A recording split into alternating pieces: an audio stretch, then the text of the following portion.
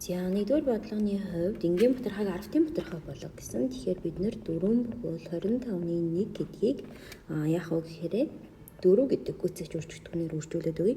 Яагаад гэвэл гэхээр бид нэр 100% болох гэж байгаа гэсэн. Тэгэхээр 4 бүхэл 25-ыг 4 үржүүлэхээр 100, 1-ийг 4 үржүүлэхээр 4. Тэгэхээр энэ бол 4 бүхэл 100-ны 4 буюу биднийхээр В хариулт гарч ирсэн байна гэсэн. 2 дахь бодлогын хувьд багийн 5 гишүүний өндрийг дараах байдлаар харуулжээ.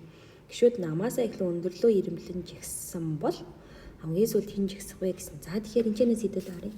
Ингүүн бол 1.7-гийн өндөртэй, номон бол 1 бүхэл 2-ны 1 гэхээр 1 бүхэл 10.5 м өндөртэй. Цогцол болохоор 172, нандин болохоор 1 бүхэл 4-ний 3 гэдэг бол 175 болж ирдэг. За тэгээд 107. За тэгэхээр багаасаа намаасаа өндөрлөө гэхээр хамгийн багаас нь ирэмблэн гэсэн. Тэгэхээр хэдүүлээ ирэмблээд үзье.